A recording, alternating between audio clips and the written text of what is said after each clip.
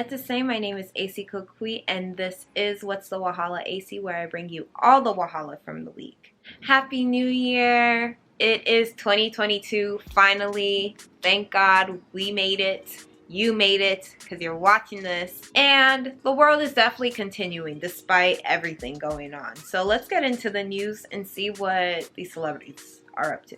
It is now time for our big three.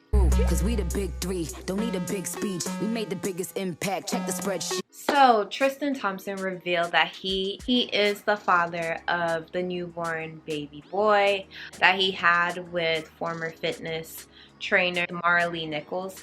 And yes, that he is the father. I don't know if he cheated on Khloe. Like I said, I don't personally think that they were back together per se, but they may have been working it out. They were definitely talking about having another child. I know people are like, doesn't that mean they're back together?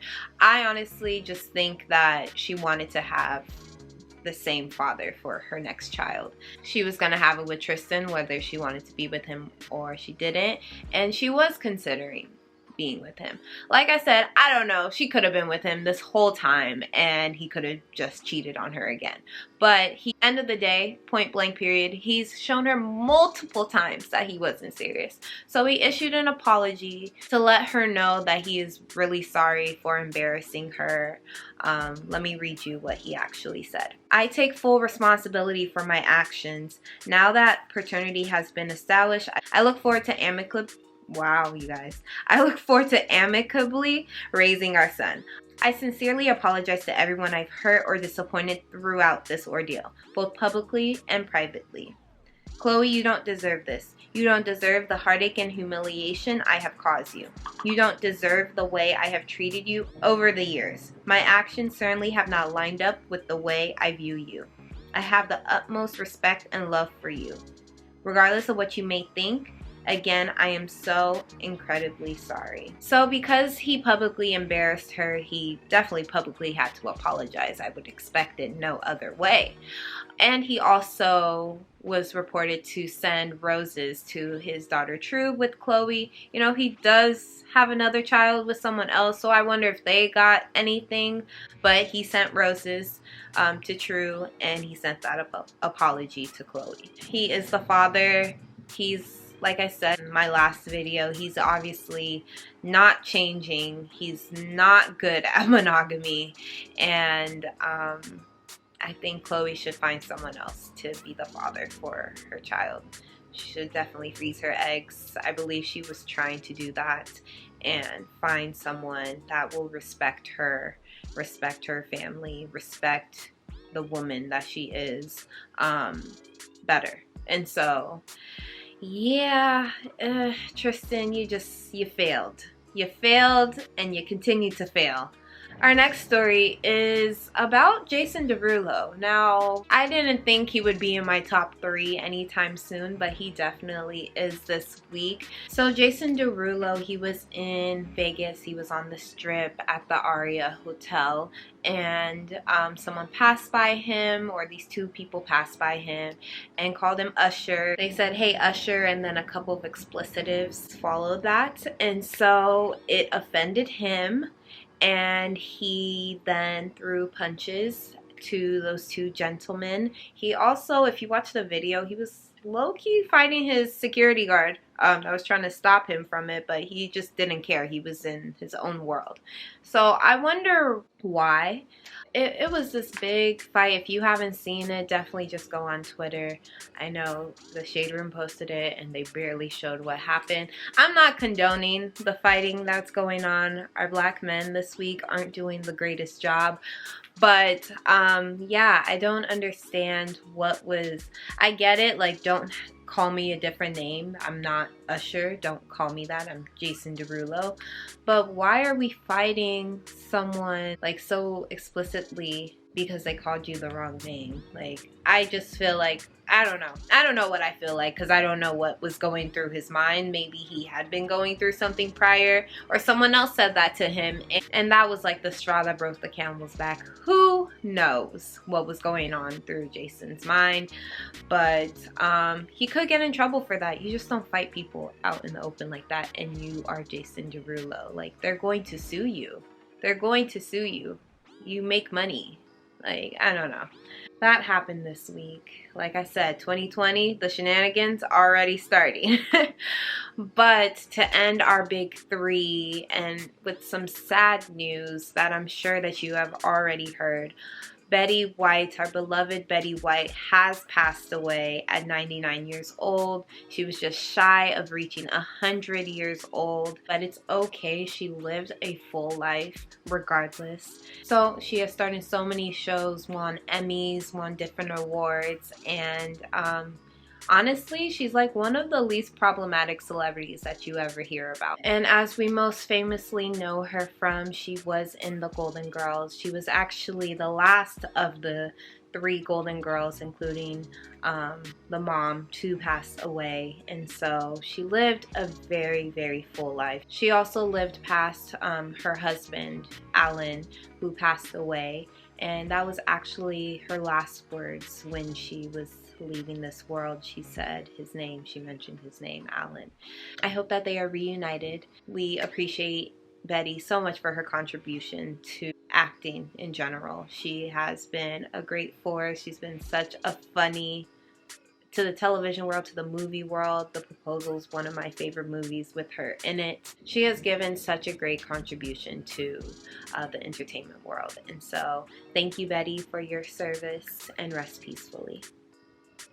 All right, you guys, that is our big three. Now it is time for our weekly wrap up. Young Miami brought in the new year with Diddy despite just denying dating rumors. Mimi Faust from Love and Hip Hop just turned 50 years young this week. Congratulations to her. The last season of Blackish is finally here. I'm so sad for it to end, but make sure to watch it. Michelle Obama, I believe, is on the first episode. Andy Cohen hosted up a real side of Real Housewives drama and tea and mess when he hosted the CNN New Year's Live program that they host every year. You know, they all just get drunk and report on the news and the new year. But yes, Andy Cohen went a little ham when he talked about Ryan Seacrest and the former mayor of New York, Mayor Blasio. Halle Bailey and rapper DDG were seen together at Usher's residency concert in Vegas. Omarion let everyone know to stop mistaking him for the variant. No. Sorry. Omarion is running rampant. Nicki Minaj sent some gifts of Gucci to the kids of Real Housewives of Potomac. All their children received some Gucci. But Mia Thornton, one of the castmates, claimed to not have received anything from Nicki and that she did not play about her kids. And so she went on live to talk about that. Nicki caught wind of that story and she let her know that actually she tried getting in contact with her. And it was later reported by Mia herself that she had accidentally blocked Nicki. So that is why Nicki couldn't get in contact with Mia. That was a long story, but I had to say it, okay? Tennis star Sloane Stephens got married to soccer star Josie Altidore. Congratulations to them. Soulja Boy says that he is done rapping for good. He's going into movies and TV.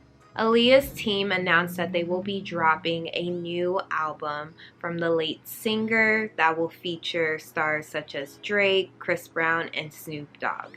So stay tuned for that. And this is your weekly wrap up. All right, you guys, what is on my playlist? What am I listening to? What am I watching?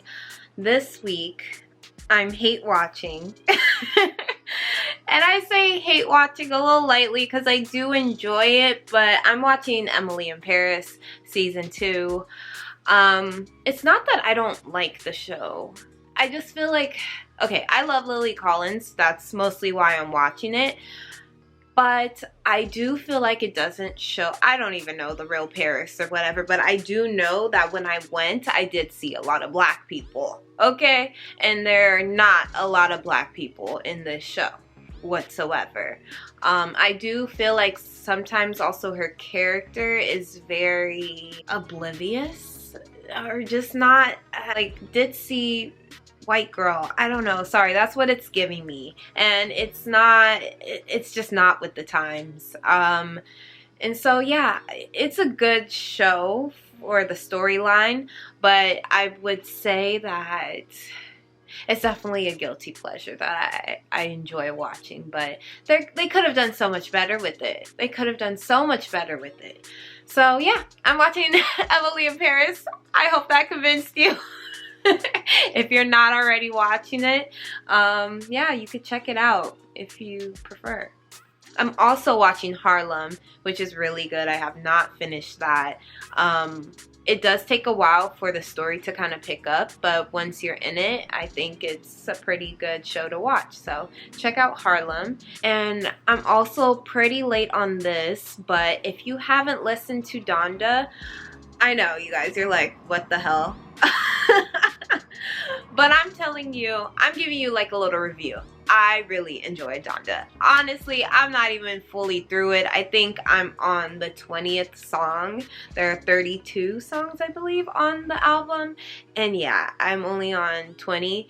And I really enjoyed it. Yeah, I don't know why it's taking me so long to get through it. But so far, I just see Kanye's vision.